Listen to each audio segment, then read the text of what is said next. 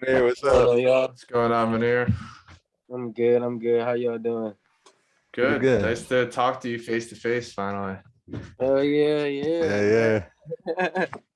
Man, this shit is crazy. I literally was just in my own space, literally for 6 hours.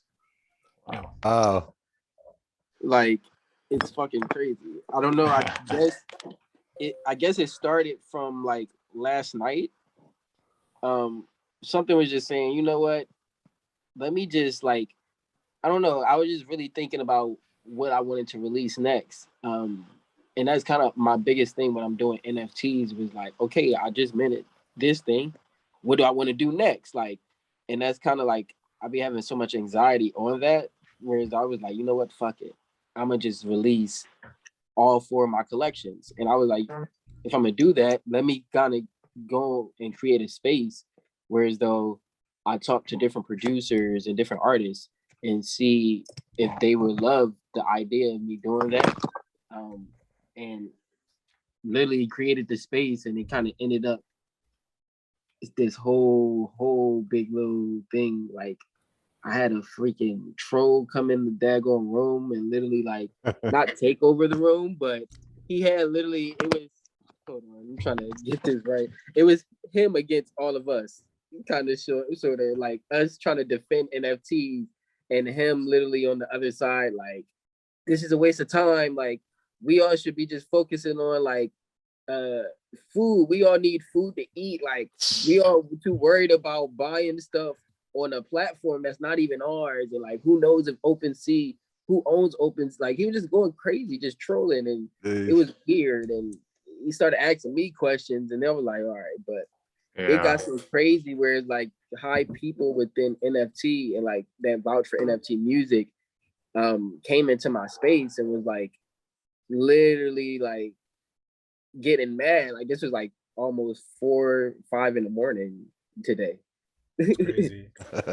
Yeah, and then right now when I opened the room up at 10:30, literally just promoting sax, loop packs, and beats. That's kind of when shit just start like happening. Like people start coming into the space, and I was literally just playing my beats. And through that, it was about like 4 people just asking me questions from that. And then from there, that's when more people start coming in. I saw somebody, Acid, who I knew who got a huge following. He came up, and that was crazy. It was just crazy. A lot of people started coming in. It was just hella dope. That is dope. That's awesome, man. Dude, we're so like excited and proud of all like the progress you're making. You're making a big push, and it's dope, man. I still owe you that email, but I haven't forgotten. Okay. It's been wild, but I will get back with you on Discord. Yeah, dude, and I love it. Yeah. So yeah, I sent you those questions just so you could get a feel, maybe prepare some answers or just like have something in mind. But I'd like to start off with the beginning of your journey. When you first played the saxophone. I think we talked about this on one space, but it'd be good to hear it again. When you played saxophone, and then like if there was a light bulb moment when you decided you wanted to do music. Say that again.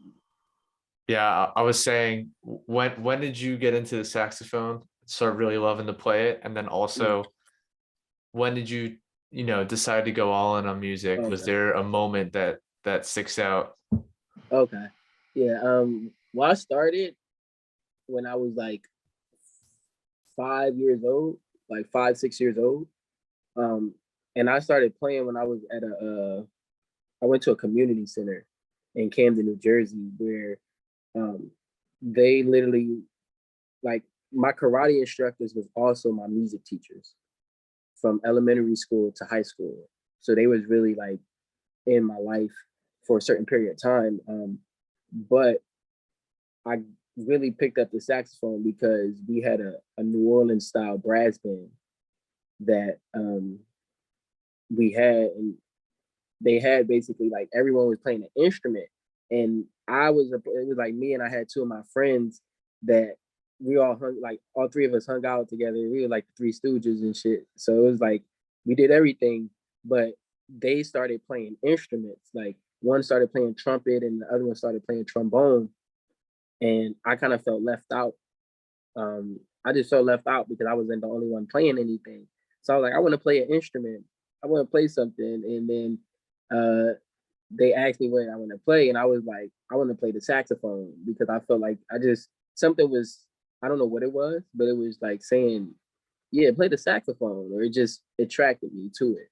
I didn't know at the time what, but yeah, I wanted to play the saxophone, and at first they literally like, I didn't know how much until now, like how hard the saxophone really is until like me playing it, because what happened was they literally like they gave me a recorder. Like they told me to play a freaking recorder in a brass band. Everybody else has real instruments. I'm the only one with a little toot trying to play. I mean, it really, at the time I was so young, I just wanted to be in the band and play with them. But as I got older, I'm like, bro, I don't want to play this no more. And so I started matriculate, like elevating, and I started playing clarinet. Like it took me a while to get to the saxophone, but I always wanted to play it. And I'm glad that is the case because I have great armature now for that, just from playing the clarinet. And then from clarinet, I had to literally play a flute and just work my way to playing the saxophone by the time I got into like second grade. Yeah, like second grade. And then from there, just fell in love with it. What made me pursue music more was honestly when I was in high school. I did a lot of shit. I did everything. Like I did football. I ran track, and I also, hold on one moment. I was also in the band, doing jazz band and marching band. Yeah, like how am I going to do marching band and football at the same time? But I made it happen, and I was doing this shit. Like I would be like, sometimes I would have to sacrifice and not play in the band or play during the halftime shows because the football team needed me. And then like sometimes I couldn't play the games because the band needed me for battle of the bands and stuff. So that was kind of hard. And one thing my music teacher told me, which kind of always stuck with me, this was like right after we were done. We kind of won finals my senior year for our jazz band. We won state finals in New Jersey, which was kind of hard because New Jersey is a hard state. New Jersey and California and like things like Texas and like a few states, but it's very difficult doing jazz music because it's predominantly white, and really it's like it's a lot. Like it's very hard as far as like the competition, whereas though you not only compete in performing, but you competing as well, sight reading, and literally like they make you sight, everybody has to sight read the same thing, but they kind of put it on like a professional level that you have to sight read when you get it. So it's like it's a lot that kind of goes into like competing and winning. So for us, us being like the only black all black jazz band to win, it was something we really haven't won in like 6-7 years. So that was something monumental. But being a part of that and having my music teacher talk to us, he told me one thing that kind of stuck with me and said, Munir, whatever you do, it kind of anything you touch, it turns to gold. But you have to learn how to make what you turn to gold. You have to kind of keep it gold and literally just stick to that and find the beauty in that. And I literally figured it out, be like clear as day, what I wanted to do. And I really had to think realistically, like if I was to do sports, I wouldn't have a full career. That doesn't last long at all. It doesn't matter how old you get, it's gonna end. But with music, it can last forever. I can be on my deathbed still playing or still giving music or any type of thing with music still. So I had to look at that, like the longevity of what I wanted to do and how it would be more impactful. So that was one reason. And then another reason, I already had motivation going to UCLA. I got a scholarship to UCLA going there and like literally playing in front of like one of the top guitar players named Kenny Burrell.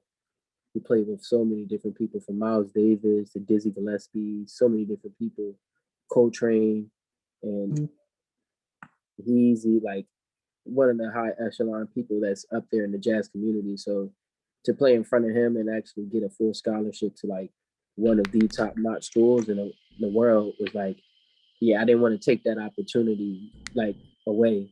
So I was like, yeah, let me see what this music can be able to do and stick with it. Plus, I started with music anyway when I first started doing anything. So that was kind of the reason why I wanted to pursue music too. And since I've been doing it, I've literally seen the benefits of what I want to do more so than when I would have wanted to do track or something or do sports. Yeah, you have your own creative input onto your Yeah, career, a whereas like lot with more. sports, you kind of gotta like fit in with the team, and the longevity is so Yeah. much more. You're right. You could do this And forever. honestly, what made me stick with it and really pursue this was going to UCLA and seeing a lot, well, seeing and being around a lot of the athletes and seeing how much freedom they didn't have Right. with what they can do. Like they got us literally all majority of them. I can name majority of them either who literally sold me something or like was around and couldn't do majority of stuff that I could do, but would try to sneak and do that. You'd be like, man, it's crazy how you have to kind of like step on eggshells in order for you to get to where you want to get in success. Whereas though I can literally still be myself and literally still show success in the same way you do. And I kind of found that really unique. Whereas though, like, man, I'm glad I didn't do sports or nothing because I'm me, myself. And Yeah. like people like Alonzo Ball, Anthony Barr, like Zach Levine, a lot of these cats, a lot of these guys, they really couldn't do a lot. And the only time they had a little bit of freedom of themselves was when they was privately home or around students that understood them. So Yeah. it's just a Okay. lot to think about. So Yes. Awesome. I love that. And then now you're doing NFTs, which is in the crypto Web3 space. How did you learn about that, and what got you to make your first NFT? All right. So when I got into NFTs, I was literally big in the clubhouse. Like I got an invite to do clubhouse and literally just to promote what I do um, with my music. And that's what was my biggest thing. And I would literally hold spaces where like I would just play my sax in a room. And this one person came in and literally was just sitting in the room for the whole time and like asked if he could talk to me afterwards after I was done. Coming to find out, they were doing a project. I think it was a one of one they were doing, and it was dope because it was literally them tying art, photography, music, and poetry all together. And they were putting it into like this video that they were doing for like the city of Baltimore or something like that. What was happening? But yeah, I was a part of that, and that kind of gave me an interest into doing NFTs based off of what they were telling me and the prices. Yeah, that kind of literally surprised me because I'm like, man, I'm not doing that in music at all, or like in Spotify, like I can't shoot just off of one thing. I can't even make that much money. So I tried it, got into the space, and started literally learning and understanding to see the good thing I'm learning too about cryptocurrency or NFTs is like everybody knows what they know for them. Like that, how can I say it? They learn and learn basically what can work for them, basically. And that's kind of how I figure certain things like knowing smaller blockchains, like something like the Phantasma blockchain, where a lot of people don't even know what that is.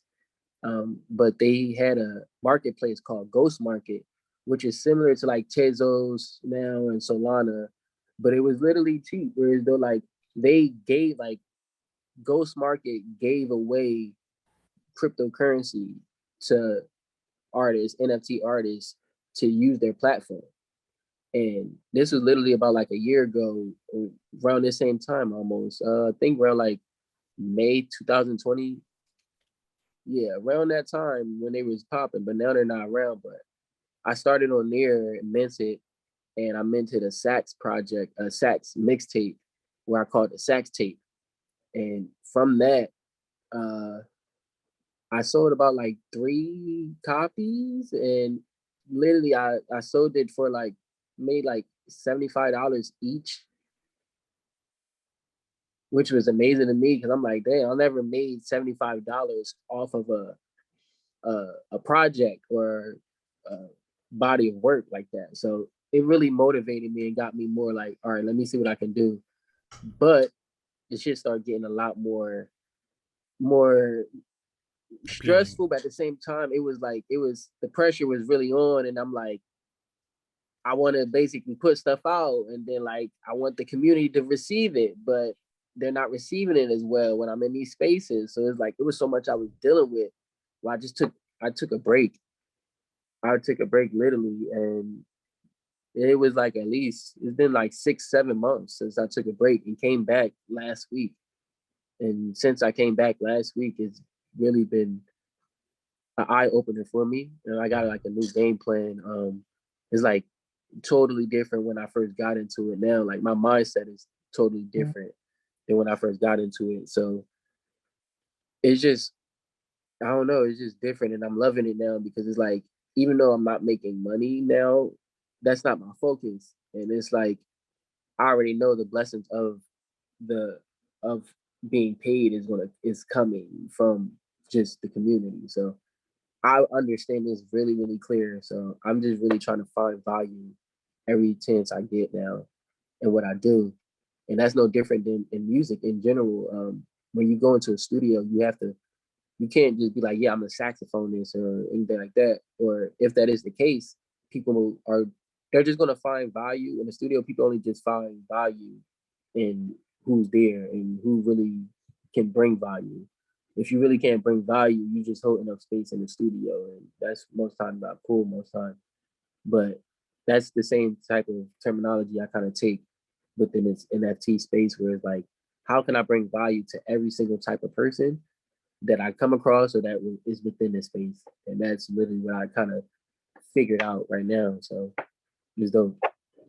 Yeah, that's what I love is that it can be such a journey. And it's been a journey for us too, like even on working with our project, like we've learned a lot just from being in the spaces, from putting our stuff out there, and how it's received. Like you get instant feedback, but it lets you instantly react, right? Like it can definitely be mentally tolling if it's like, what's my production rate, what's whatever. But you have to think of it as just like a startup. It's like you got to pivot, and you got to pivot quickly. Like, okay, now you learned what people kind of love, you learn what people really love, you learn what people definitely don't love, and then you can kind of pivot accordingly. And I think that's always a bit of a journey with artists, but it's a lot harder when they're either going through like a management team, or you're just putting stuff out there and like hoping people see it. I think this gives you the ability to have the exposure where you can react so quickly.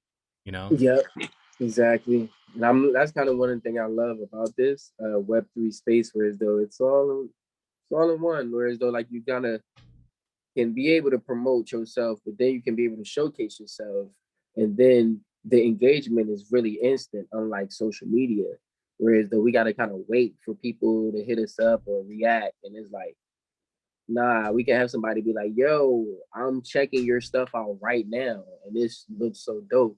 And just that moment really brings out a lot. Whereas though that's a connection you just made with somebody and y'all haven't even met yet. So imagine when you meet, you just bring more to the atmosphere and to the environment. Yeah, and especially because like networks can be so big. Like it's such a small community right now. Like we think that it's so big, but it's really just so small, and you don't know who they know. And people are moving quickly, and they're making big moves. And people connected and really high up meet through NFTs. I love it. Brian, you have the next question? Yeah, definitely. Kind of going off that tangent of networks, you recently hit 1,000 followers on Twitter. And I think a big part of that was your activity in spaces. So why don't you Now it's talk a about to little be bit? 1100. It's about to be 1100 right There now. we go. So Crazy. talk to us. How did you? Because a week ago, what were you at? 700 something, 800 something.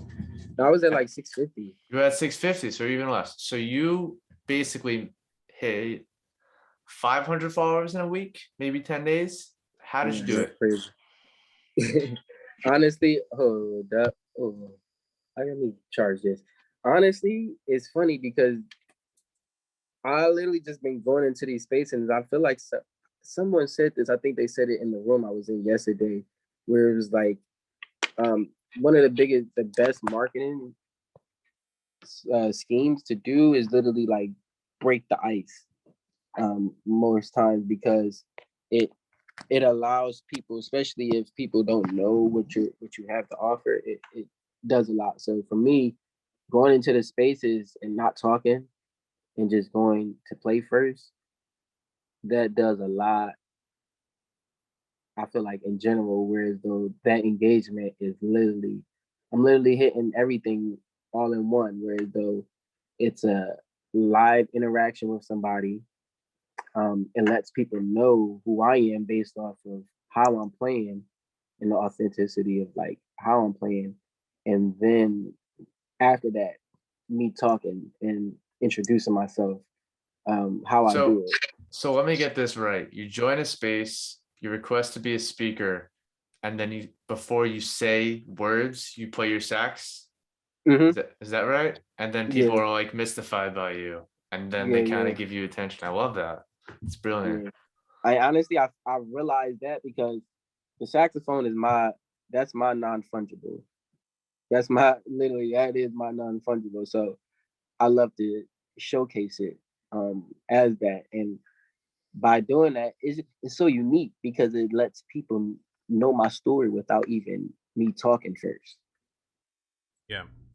And I always was like, that is a dope way to like introduce myself when I come on. So that's something I always thought about, being in these spaces, and nobody is doing that. Like Nifty Sax isn't doing that, and I know it's probably one more saxophone, but he's the only one I know, and they're not doing that. So it's like if I can be able to do that, that's just one element of me bringing people in to my community, literally just by enticing them with the saxophone, or just seducing, or just serenading with the sax.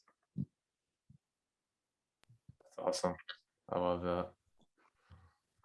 That's awesome. Great advice for artists. Definitely good chop up content there as well.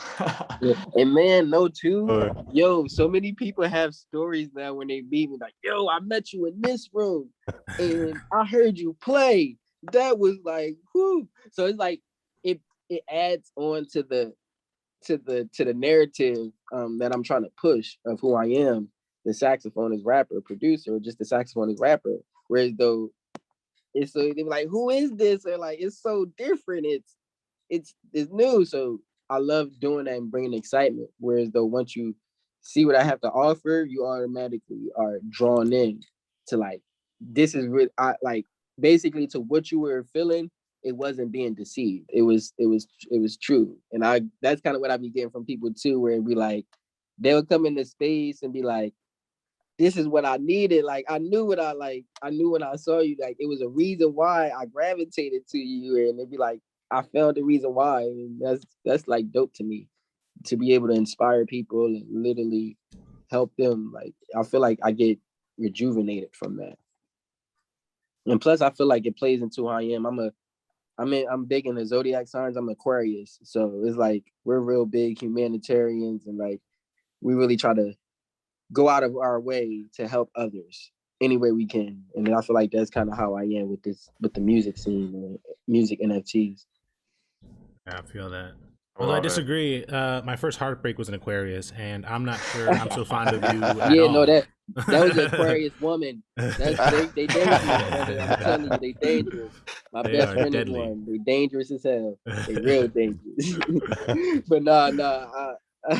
But also you're literally providing value first by playing the sax. literal. Exactly. Like, exactly. so that's just another way to think about it.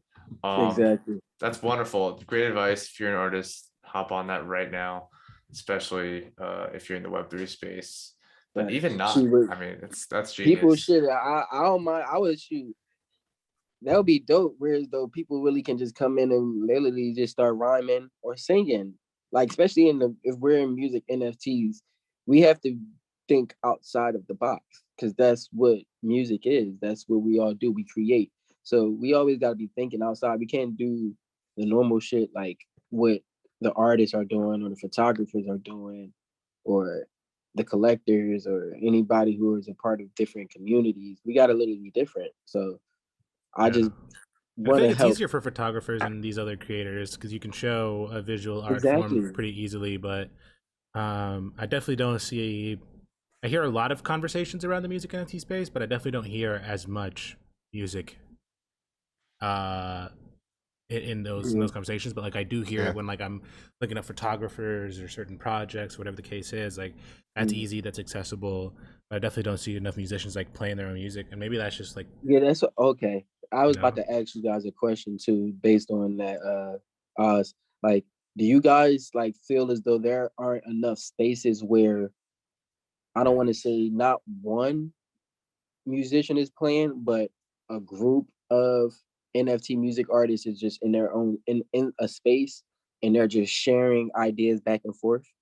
Yeah, I definitely don't see that like a musician think tank, like an NFT musician think tank. Yeah. I definitely don't see that enough. I would say, or I don't see that at all. I think that tends to happen spontaneously in the music space. But maybe that's something that would be kind of cool to do. Is That's funny. like that'd be something fun to do with the community to just like next time you host a space like to come up and speak. You got to drop a bar.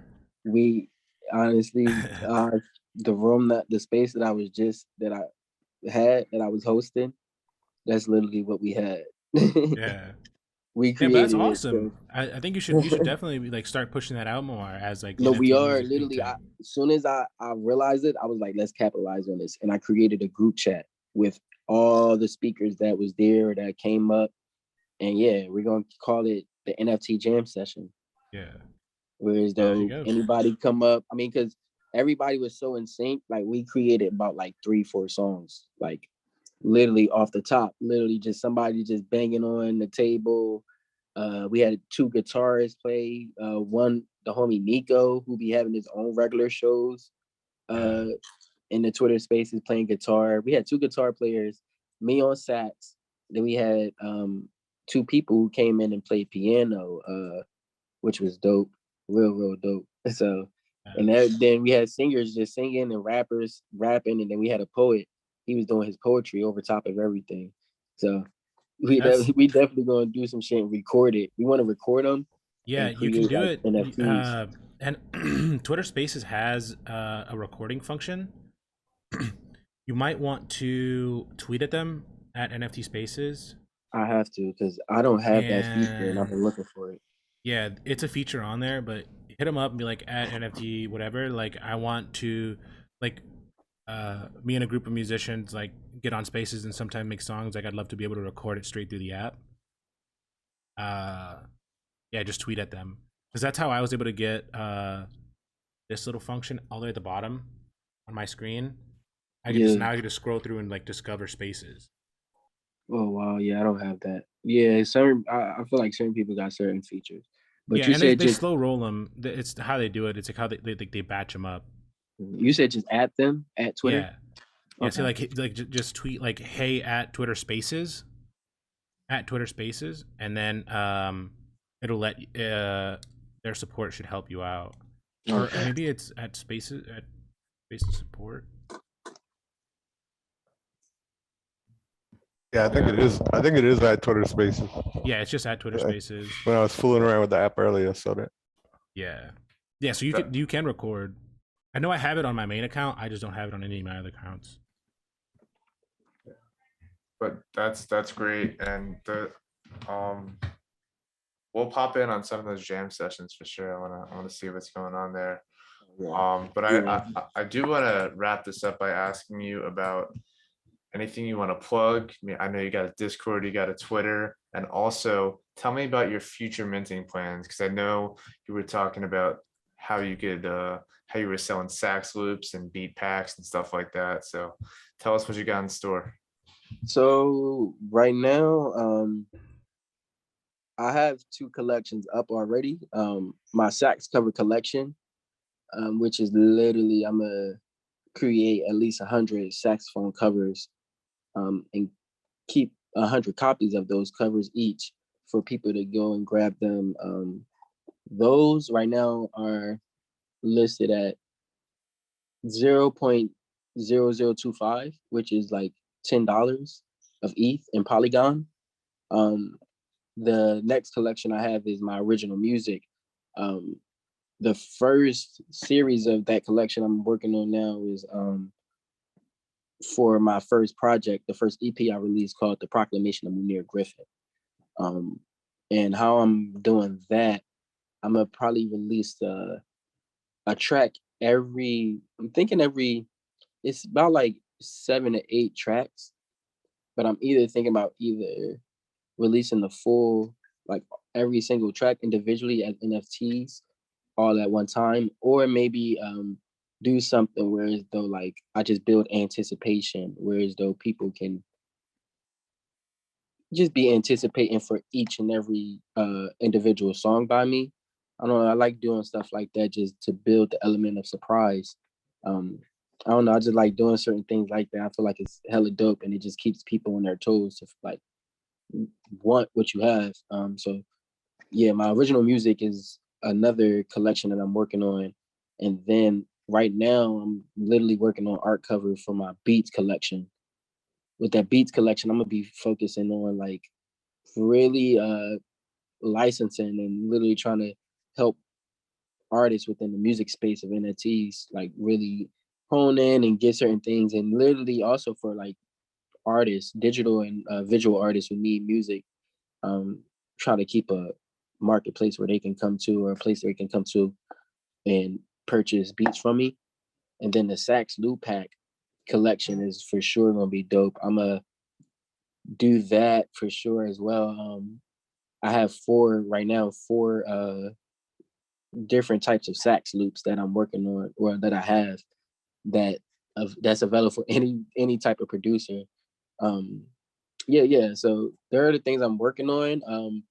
I'm also thinking about a way to be doing an airdrop for those, like for either each collection, or for certain collections do airdrops. Like for instance, for the sax loop packs, thinking about doing, if you collect one sax loop NFT, the next one will be airdrop. Another one will be airdrop to you. Certain things like that, just to basically bring people in and literally like engage with the community and bring value.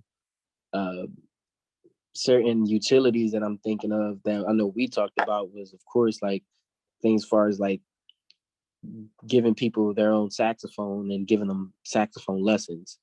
I'm really still thinking about that. I feel like I would want to build on that, whereas though we have like I have a certain amount of income built up, whereas though I can do it for more than one person, and literally have like a class of like teaching people, or a class of people from the community, which would be dope. So they are like just the 4 things I'm working on, and I'm gonna just kind of keep it consistent within those 4 collections as much as I can right now, until like I work on a one-of-one, or even if during the process work on one-on-ones and work on big drops and releases and giveaways, things that I'm wanting to do. But as of right now, just trying to build the community and give them certain things that I have already. Yeah. Oh yeah. Oh yeah. That's awesome. It's great to see you making such big strides in such short amounts of time. It's funny because you said you were here like 6 months ago, and a week in this space feels like a month. So that's like it's like a decade ago in NFT land. Yeah, That's cool. for sure.